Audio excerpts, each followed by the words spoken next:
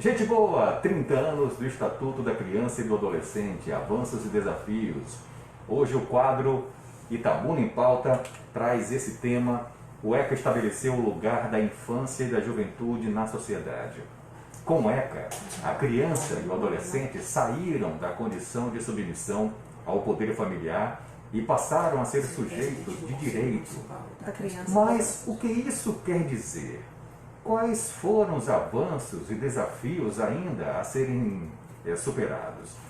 O Itabuna em Pauta de hoje traz a presidente do CNDCA, Conselho da Criança e do Adolescente, a senhora Moema. A Moema, como é muito conhecida no meio social, ela é pedagoga, assistente social, diretora de proteção básica e presidente do CNDCA. Bom dia, Moema. Bom dia, caros ouvintes. Estamos aqui para falar um pouquinho de garantia de direitos, né? A sociedade de Itabuna já tem muitos problemas e aí hoje nós vamos falar dessas garantias. Aqui conosco também o jovem Manuel Júnior, formando em Direito e nosso colaborador do quadro Itabuna em Pauta.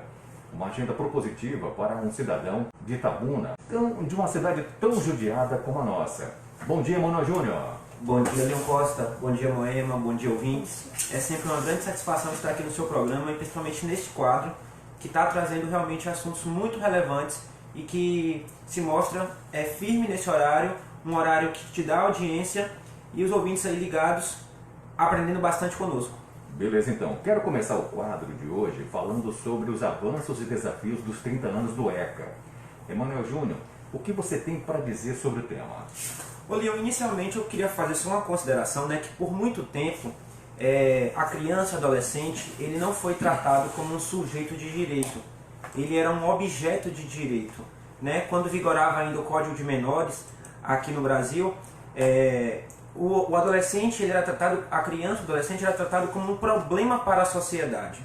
Com o advento da Constituição em 88, a Constituição já previa garantias, proteção a essa poderia dizer, né, a criança e o adolescente.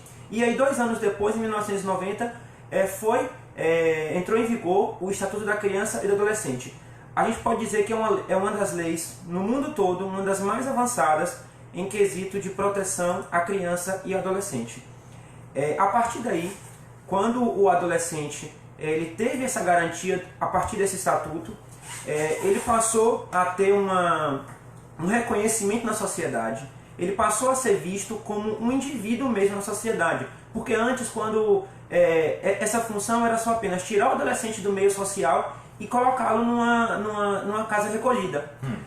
Hoje, essa função compete ao Estado, às famílias, à comunidade em geral, a proteção, tudo isso de forma solidária, né? E antes não tinha toda essa proteção. A gente pode falar, eu gosto de tratar a primeira parte do ECA como aquela parte que é promocional. Ela traz a promoção daquela política que vai ser implementada. E a segunda parte do ECA é a parte que tem, poderia dizer assim, as penalidades, né? As situações que acontecem e que o jovem e que a criança e o adolescente eles são colocados em vulnerabilidade, tendo em vista as várias deficiências que enfrenta. Eu acho que hoje, basicamente, o principal desafio do ECA é ele ser completamente efetivado, as suas políticas serem efetivadas. Moema, representante do Conselho, pode muito bem dizer dessa realidade aqui em Itabuna, não é isso? Então, como a gente fala, é muito importante em que a sociedade também observe que nós temos direitos, mas também nós temos deveres. Então, o Conselho CNDCA deixa bem claro isso, essa situação de direitos e de deveres. Então, antes é importante e por isso todos os poderes se reúnem, né? Então, nós precisamos estar juntos, o judiciário, né? Promotoria, o executivo, o legislativo, e hoje a gente tem como realmente garantir isso aí a partir do avanço, né? De 1990, com o avanço do ECA, foi que se formou o Conselho, né, da Criança e do Adolescente, porque antes eles eram os excluídos da sociedade, hoje a gente bota ele como sujeito de garantias de direitos e que esses direitos a sociedade entende. Então, nós temos muitos menores infratores, mas hoje esses menores são tratados com garantias e vão não mais para aquelas instituições, né, de uma fundação, FEBEM, como nós não temos mais. eles são conduzidos para uma Fundação Casa e que lá eles têm o poder da ressocialização, o voltar para a sociedade, o ser ressignificado na sociedade. Mas também nós temos situações de trabalho muito insalubres, como nós temos aqui o lixão. E aí, para isso tudo, para ter esse auxílio, a gente tem que os serviços de convivência, de fortalecimento de vínculo, que estão ali dentro daquelas comunidades, em tempo integral, enquanto ele sai da escola, vai para o serviço, para ter as mesmas oportunidades de ter um lazer, que é a obrigação do Estado, né? Fazer esse tipo de garantia. Então, eles têm que se sentirem protegidos, né? Então, a criança, ela não consegue se manter. Então, assim, para a gente ser um adulto bem-sucedido hoje, nós tivemos nossos pais. E quando, na ausência dos pais, a gente precisa ter o Estado, ele é o percussor disso. Perfeito. Você está à frente do CMDCA há quanto tempo? Eu, há 2 anos, tenho 2 anos, mas já venho de uma política de garantia, né? Como assistente social, com 16 anos atuando já na rede, né, de proteção. Você sabia que foi a partir do próprio ECA que a gente teve um avanço significativo nesse ponto? Foi possível haver a criação das varas da infância e juventude, dos conselhos municipais da infância e adolescência, das promotorias, do conselho tutelar. Então, está aí um grande avanço que o ECA trouxe em suas políticas promocionais. Quando eu cheguei no Conselho Municipal de Assistência Social, como cidadão, eu não fazia ideia do poder que o Conselho tem. Ela não se sente representada. Isso. A sociedade, muitas vezes, ela não sente um poder de, por exemplo, de fiscalizar gestão pública, de ver se as políticas públicas elas estão funcionando e, caso não estejam, quais são os recursos legais que eu posso ter para fazer com que elas aconteçam. Até o poder de veto, de contras, o Conselho tem. Então, isso que o Júnior colocou aí é muito importante, porque é o que eu queria exatamente perguntar. Qual a importância do CMDCA na vida de uma criança e de um adolescente? Moema. Todo o poder de promoção, de proteção, de integrar esse indivíduo à sociedade. Então, de que forma que a gente faz isso? Então, o Conselho tem o poder, né, dentro da política do SUAS, da assistência social, proteções. A proteção básica, que é o que vai dar um sujeito ali a sua garantia de não sair do bairro, de ter todo o acesso necessário para aquela família dentro do seu bairro, ou seja, acesso à escola, acesso a um serviço de convivência, que ele possa estar lá e lá ele desenvolva o seu momento de lazer, de realmente se potencializar enquanto ser humano, descobrir se ele quer ser um atleta, se ele quer ser dançarino, se ele vai aprender a tocar violão. Então, infelizmente, o município não divulga todas essas ações, mas é lá em que essas crianças ficam, aprendem a tocar flauta, o CMDCA e fortalecer isso aí. Lugar de criança é no orçamento público, é no orçamento participativo. É isso que a gente luta por isso. Bom, Leon, um minutinho só. Essa questão de orçamento é uma coisa muito importante também. Porque quando eu falei que o ECA promoveu essa criação de políticas para a criança e adolescente, a gente pode fazer um comparativo. Uma criança numa escola, um adolescente, ele tem um custo anual de cerca de R$4.000. E um jovem internado em uma fundação para ser reabilitado para a sociedade, ele tem um custo entre R$9.000 e R$14.000. Então perceba, é muito mais dispendioso para o Estado gastar com essas instituições. Então, se você efetiva as políticas sociais, as políticas de garantistas do ECA, você tem uma redução significativa do gasto de dinheiro público e você vai, consequentemente, promover uma educação de muito melhor qualidade. Perfeito, perfeita análise, Emanuel. Não é por isso que você não está aqui, né, meu velho? Grande contribuição dentro do Você em Pauta, dentro desse quadro que eu chamo de uma agenda propositiva para a nossa cidade. A gente tem que se cercar com pessoas boas, pessoas como Moema. Não é porque ela é funcionária pública que a gente vai diminuir o trabalho dela como presidente do CMDCA, muito pelo contrário. A experiência que ela traz, toda o que ela conseguiu granjear em sua carreira, ela pode, dentro da estrutura do Conselho Municipal da Criança e do Adolescente, colocar em prática muita coisa boa. E é nisso que eu quero tocar agora. Como andam os trabalhos? Eu ia dizer aqui PET, mas você me deu a notícia que não existe mais o PET, que era um programa de erradicação do trabalho infantil. Hoje foi substituído por outra política pública. Existe, foi redesenhado. Explica isso pra gente, Moema.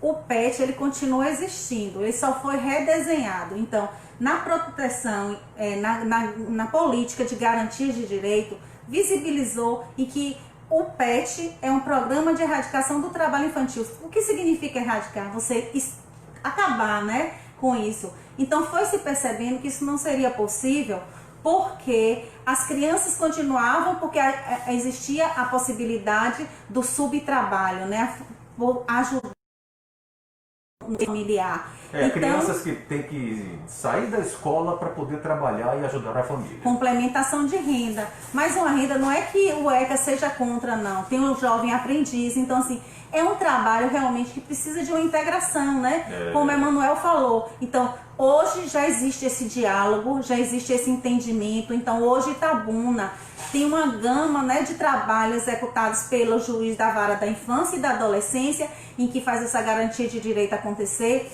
porque ele determina, ele realmente tem o poder, né, de sentenciar o município nessas garantias. Então agora, nesse momento, então nós temos toda essa rede de diálogo com o doutor Fabrício, que é o promotor, né, da vara da criança e da adolescência. Então, hoje o PET, ele ficou no intuito de não deixar com que realmente Itabuna tenha um trabalho infantil. Então ele trabalha nesse combate, nesse enfrentamento, só com aquelas crianças que estão em situação de trabalho infantil.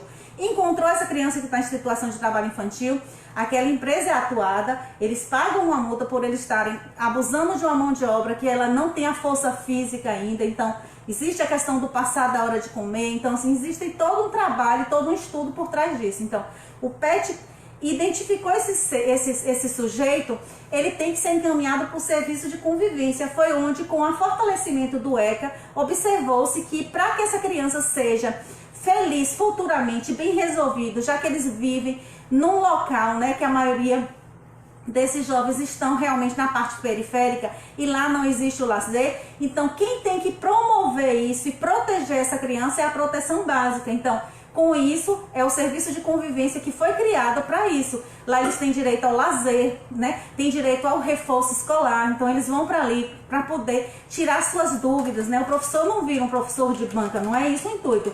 É simplesmente de tratá-los como sujeito de garantias de direito e que eles cobrem dessa sociedade. Então por isso que hoje o papel do conselho é buscar, né, principalmente o legislativo e o executivo. A gente precisa desses 4 poderes para que a coisa aconteça.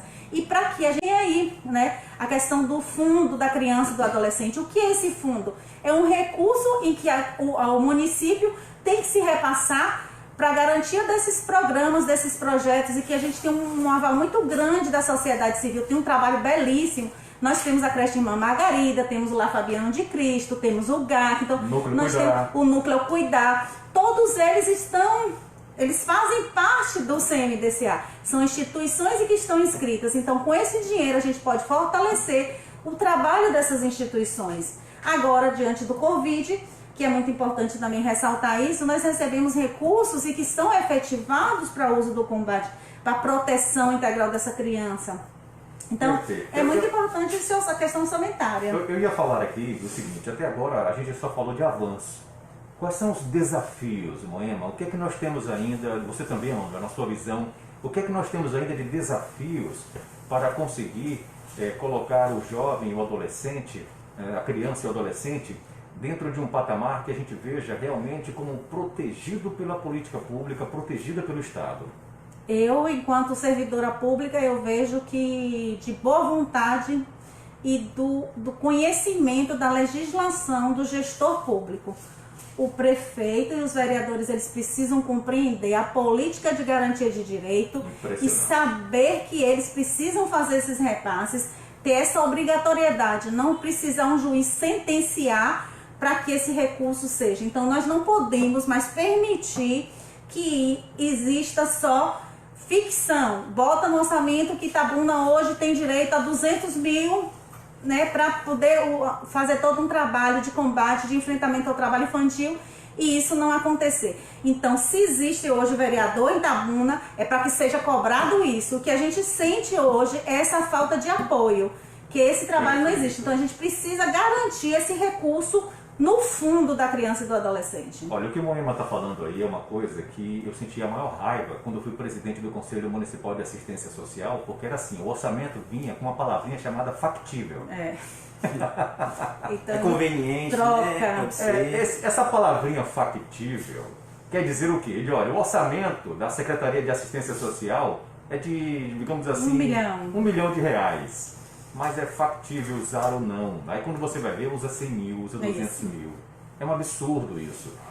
Então tem que mudar essa palavrinha factível. Se está lá dotado R$1 milhão para gastar na assistência social, ninguém pode mexer naquele dinheiro. Porque isso gera o quê? O prefeito acaba mexendo como quer e entende. Isso. E a gente fica com uma folha na mão o tempo todo. Às vezes precisa, eu disse aqui no início do meu programa, na época que eu fui presidente do Conselho Municipal, foi entre 2009 e 2013. Foi exatamente na época que quem era prefeito era o capitão Azevedo. E a gente fez algumas visitas, que na época era o PET, né? Convivência e fortalecimento de vínculos. Serviço de convivência e fortalecimento de vida? Vínculos. Vínculos. Serviço de convivência e fortalecimento de vínculos. Então a gente teve no PET as crianças com a garrafinha de água mineral amarrada na cintura, porque não tinha água e nem energia dentro do imóvel, que era a chamada sede do PET. Então esse programa, claro, ele não estava sendo feito de forma adequada. E a gente foi, bateu, até que na época o prefeito Azevedo fez uma reforma bacana, acabou inaugurando um PET numa Mangabinha muito bem instalado, com instalações perfeitas, porque é aquela história. A criança chega no ambiente daquele, onde as paredes estão todas riscadas, banheiro sem funcionar, não tem água, não tem energia. Vai fazer o que, pelo amor de Deus? Então não vai funcionar. Você falou de uma coisa muito bacana, que é o fundo, só que eu não entendi direito. Esse fundo foi criado como e qual é o impacto social desse fundo, Moema? Esse fundo é todo como é que as pessoas podem doar? Isso. Então, todas as pessoas podem doar. Não é necessário. O recurso do fundo é um recurso em que o município tem a obrigatoriedade de fazer o seu repasse para que esses projetos aconteçam, tanto da sociedade civil quanto da sociedade pública, privada. Então, o que é necessário para se doar o fundo? Nada, só que tem o número da conta bancária do fundo e que você deseja, que você almeja, que você realmente quer fortalecer aquela política. E tem um mecanismo que não vai custar nada para o cidadão itabunense. E a gente vem batendo nessa tecla e buscando esse apoio, que é no momento da sua declaração do imposto de renda, no momento em que você está ali com o seu contador, você só vai dizer para o seu contador, já que você tem que pagar para o governo federal, ao invés desse recurso voltar todo e que você tem a obrigatoriedade ali de pagar 500 ou 600 ou 1.000, ao invés de todo para o governo federal, 1% vai ficar para o seu município. Então, no valor, o valor é muito significativo. Então, sem você gastar nada, você só vai dizer para o seu contador, eu hoje quero fazer a transferência para o fundo. Ele só vai botar lá a conta corrente do fundo e esse recurso vai automático para a conta do fundo. Não precisa que você tire nada do seu bolso. Ao invés de ir para o governo federal, vai passar a ficar no seu município. Então, são essas ações em que a gente pede. Esse dinheiro é muito bem planejado, porque ele só pode ser gasto quando todos os conselheiros em reunião fazem um projeto e dizem sim, podendo, em assembleia, que decidido. De quem é a gestão desse fundo? Do CMDCA. Do CMDCA, ótimo. É lá que se define, vai ser gasto em quê e o porquê vai ser gasto aquele recurso. Então, o próprio fiscalizador somos nós da população e a sociedade civil que já presta esse trabalho de filantropia. E que passa por muitas dificuldades financeiras. Atualmente mesmo, nós fizemos, com a parceria com a assistência social, a arrecadação desse que a TV Santa Cruz fez, né, do Pit Stop. Então, nós beneficiamos 6 instituições em que não estavam credenciadas ao Conselho, como o GAPO foi uma delas, né? Por quê? Porque a gente sabe do trabalho, da seriedade em que essa sociedade filantrópica realiza esse trabalho, de toda a dificuldade financeira. Então, e o que é que falta para o GAPO se cadastrar no CMDCA ou no CMAS? A documentação necessária, que eles estão buscando toda essa documentação. Eu lembro que quando eu fui presidente, a gente fez um trabalho... Hoje nós estamos de recadastramento de 44 entidades filantrópicas. Eu soube, por exemplo, que o orfanato, a SOS Canto da Criança, fechou, é verdade? Verdade. Hoje nós temos... Não, mas na verdade foi uma questão jurídica mesmo. Como a partir do ECA, esse é um dos motivos. Sim. Então antes eram possíveis os abrigamentos. Hoje a gente não trabalha mais dessa forma, né, de orfanato. Hoje a gente trabalha com casa da criança, né? Uma casa da criança em que o juiz define, né, retira a guarda da família enquanto ele averigua a possibilidade dessa criança voltar ou não para a família, ou se ela vai ser realmente disponibilizada para doação. Então, é feito um estudo técnico, com assistente social, com psicólogos. E essa casa? Como é que funciona essa casa? Tá aí mais um desafio do ECA.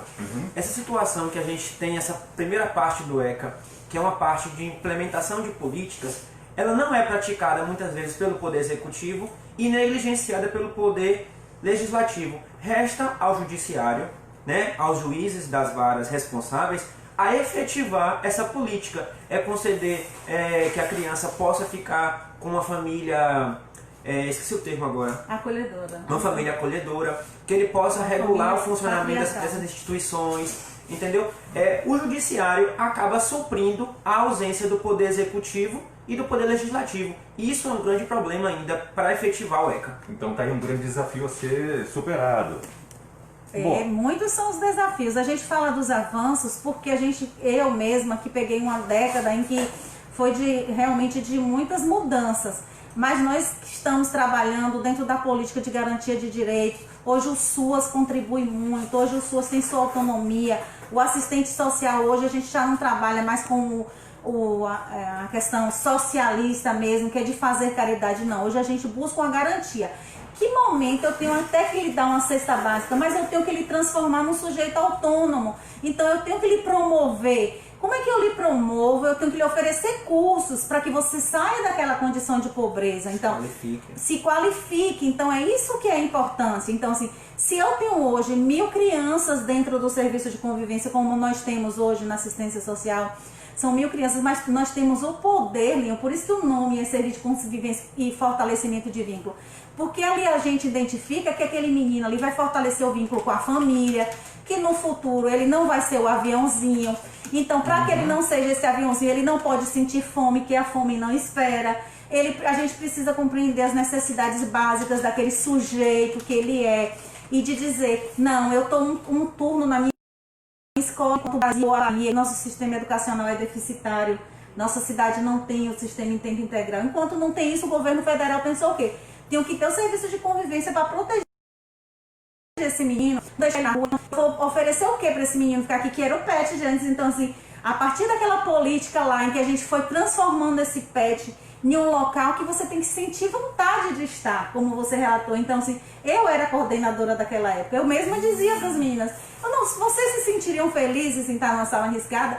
Então, foi naquela gestão do Capitão Azevedo que a gente começou a transformar esse local. Então, hoje são locais que não são locais insalubres, são locais que você ornamenta para receber aquelas crianças. Então, tem que ser bonito, tem que ser atrativo para você querer passar suas tardes lá.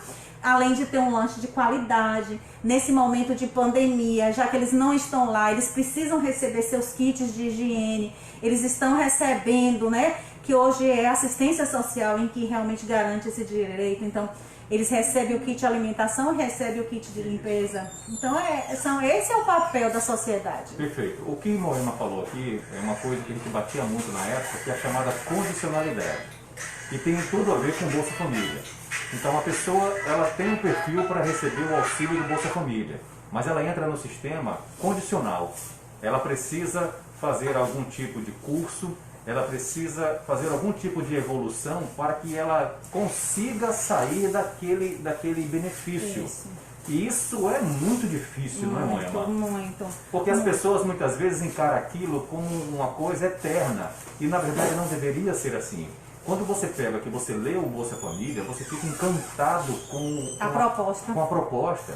Olha, você vai ter o benefício, mas você também vai ter aqui que passar por todas as chamadas condicionalidades para que você possa chegar aqui um dia e dizer, olha, muito obrigado, eu não preciso mais da Bolsa Família é idade. Então, quando você deixa de usar o Bolsa Família, é porque você não está mais em situação de miserabilidade. E aí mostra que o trabalho de toda essa sinergia da Moema, de todas as pessoas envolvidas nesse processo, tem dado resultado. tem dado muito resultado. E assim, é um trabalho árduo. Eu já falo aí não mais como presidente do CMDCA, mas como a minha função pública mesmo, né, como diretora da proteção básica. Então assim, a gente senta muito com a diretora do combate à pobreza e a gente, infelizmente, a gente caiu na mais de 500 vagas de cursos profissionalizantes, curso que custavam em média de R$800, né, em todas essas escolas particulares, como eletricista, encanador, pedreiro, e as pessoas ficavam com medo, temerosas de irem participar do curso para não perderem o benefício. Então isso aí a gente conduziu e viu o que hoje a Secretaria de Assistência Social fez enquanto política garantidora de direito. Então a gente tem uma secretária que ela é especialista, ela está estudando para isso, então ela é muito aberta para esse serviço. Então a gente buscou o quê? Fazer com que essas famílias não tivessem, muito pelo contrário, ele não pode se submeter à sensação de que está tudo bem porque você recebe 200 ou 300, outras famílias até R$500 e não querer mudar sua condição social por medo de você perder esse benefício. E o que é mais bonito de todo o programa, quando o Linho diz que a gente, quando lê, a gente se apaixona, é que o Bolsa Família ele é um programa que ele pensa nisso tudo. Eu vou deixar que você ainda continue recebendo por 2 anos, desde que você me fale a verdade, eu tenho minha carteira assinada, mas supostamente eu posso perder daqui a 6 meses. Ele entende que você tem um período para sair da sua condição social que você está. Então basta que a população conheça esses direitos e queira sair dessa situação de pobreza e de mudança de vida, então, assim, e de falar a verdade, porque muita gente também não acessou nossos serviços ainda, Lino. A gente faz esses estudos técnicos. Muitas pessoas estão recebendo inadequadamente, não deveriam estar, ilegalmente, podem responder juridicamente no futuro, sim. As pessoas podem ter que devolver o dinheiro e terão que devolver o dinheiro, porque serão processadas, mas as pessoas subterfugiam o programa, querem driblar o programa para receber os recursos federais. É uma questão de consciência, e eu estou deixando de beneficiar Dona Mariazinha, que está lá no final da rua, que não vem buscar acesso nenhum com 8, 10 filhos. Ô Moema, eu achei bastante interessante o que você falou desse trabalho motivacional, né? Porque muitos ouvintes podem estar agora nos ouvindo e pensando assim, na condição em que vivem, né?